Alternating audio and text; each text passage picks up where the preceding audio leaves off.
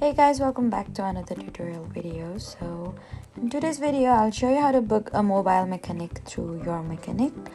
So first, open YourMechanic website or app and enter your vehicle information.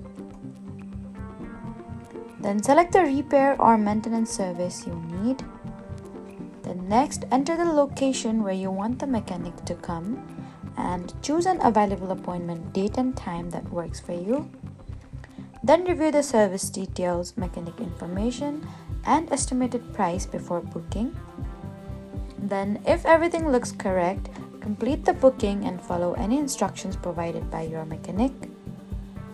Then you'll receive the appointment information so you know when and where the mobile mechanic will arrive. So make sure your vehicle is accessible and parked in a suitable location for the requested service. So that was how to book a mobile mechanic through YourMechanic. Please do not forget to like, comment, and subscribe for more helpful tutorials. Thank you for watching.